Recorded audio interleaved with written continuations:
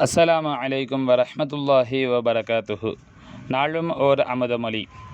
நம் முரீதுகள் ரசூல் நாயகம் அவர்களின் சஹாபாக்கள் எப்படி இருந்தார்களோ அப்படித்தான் இருக்க வேண்டும்.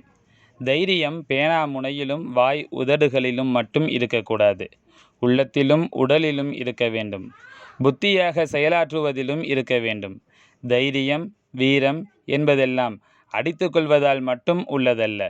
நேரமறிந்து, இடமறிந்து, காலமறிந்து, எதிரியின் நிலையறிந்து நாம் தோல்வியடையாமல் தாக்கி வெற்றி பெறும் தன்மையுடையதாயிருத்தல் வேண்டும்.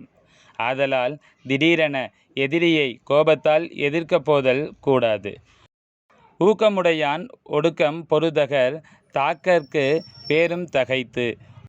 ஒன்றோடொன்று மோதிக்கொள்ளும் ஆடு மற்றதை தாக்குவதற்காக பின்னோக்கி நகர்வது தாக்குவதற்கு என்பார் போல, வீரமுடையவர் ஒடுக்கமாக இருந்து தருணத்தில் தலை தூக்க முடியாமல் இடம் பார்த்து தாக்குவது.